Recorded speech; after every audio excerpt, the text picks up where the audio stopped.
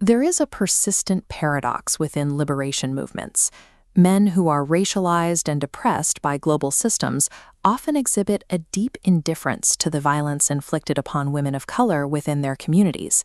This indifference places a tremendous barrier in the path of communal integrity, fracturing the practical solidarity required for any successful struggle toward freedom. To analyze this dynamic, we usually rely on models like this Venn diagram of intersectionality, mapping how categories like race, class, and gender overlap. While this standard approach identifies who is victimized at the center of these overlapping systems, it struggles to account for the structural complicity and betrayal that occurs between marginalized groups. María Lugones argues that, to understand the construction of this indifference, we must recognize race and gender as a fused, engineered technology of colonial power rather than separate categories. This structural axis models Quijano's coloniality of power, mapping how capitalism controls labor, authority, and sex. The central mechanism is race, a fictional hierarchy organizing labor. But this model has a critical blind spot. Assuming the control of sex is naturally dimorphic, universally heterosexual, and patriarchal. Assuming a strict biological sex binary is a Eurocentric cognitive construct. It reads reproductive biology through a specific cultural lens and projects it backward as a universal historical truth. By accepting the hegemonic definition of gender as a biological given, structural theories miss how gender itself was weaponized alongside race to specifically disempower colonized women. The foundation of the gender binary begins to fracture when examined through medical and legal realities. Legal scholar Julie Greenberg documents that up to 4% of the world's population is intersex, possessing biological indicators that do not fit neatly into an unambiguous male or female category.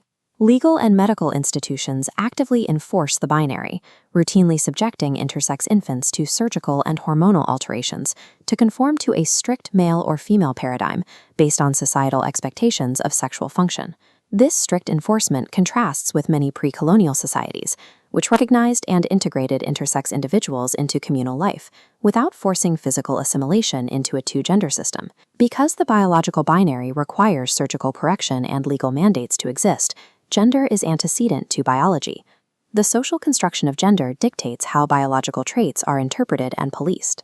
The naturalization of these sexual differences functions exactly like the naturalization of race, a cognitive tool manufactured to serve the hierarchical needs of Euro-centered capitalist domination.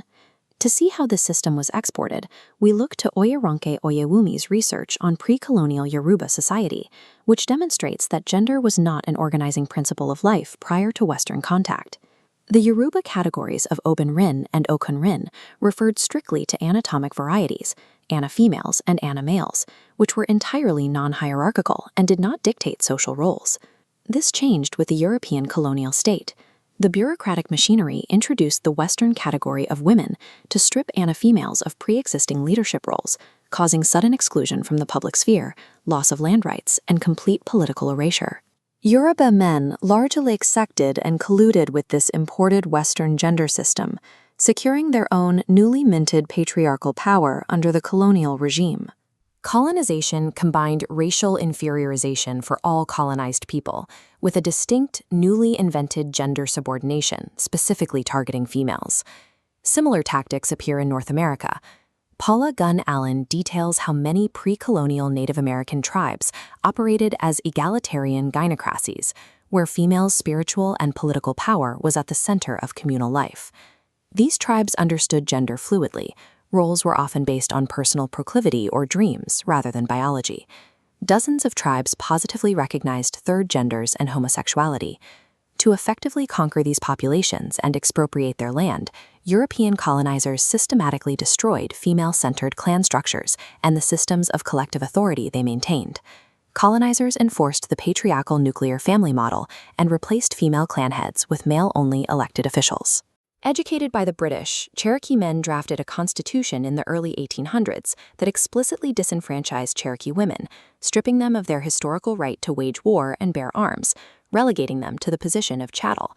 Colonial survival and exploitation required the deliberate destruction of these egalitarian gender roles. Their erasure was a calculated tactical necessity. María Lugones synthesizes these histories into the modern colonial gender system, a dual architecture consisting of a light side and a dark side. The light side orders the lives and relations of white bourgeois men and women, establishing the modern meaning of men and women. In this side of the system, white women are constructed as fragile, sexually passive, and pure to reproduce the wealth, class, and racial standing of bourgeois white men. This arrangement bounds white women by strict patriarchal control, secluding them in the private sphere and excluding them from collective authority and the production of knowledge. Beneath this is the dark side, which governs the everyday lives of colonized and racialized peoples through sheer systemic violence. In the dark side, colonized females are stripped of womanhood, reduced to an animalistic status to justify hyper-exploitation. Portraying them as physically invulnerable or sexually aggressive provided a rationale for working them to death and systemic sexual assault. Compulsory heterosexuality was systematically weaponized within the dark side to disrupt pre-existing communal bonds and control biological reproduction as property. The fragile white woman and the hyper-exploited woman of color function as co-constructed gears within the exact same capitalist machine. This architecture addresses the opening paradox. Why do oppressed men exhibit systemic indifference to violence against women of color? Colonized men were assimilated into mid-level patriarchal nodes. Though subjugated by colonizers, they gained manufactured power over women of color for their complicity. This indifference functions as a carefully engineered barrier designed to prevent practical solidarity and communal liberation. Any liberatory struggle attempting to fight racism or capitalism while leaving these colonial gender norms intact is fighting with the colonizer's own tools. True decolonization requires recognizing our deep allegiance to this gender system and actively dismantling its grip on our everyday lives. Communal integrity and true liberation can only be achieved when this entire modern and colonial gender system is unlearned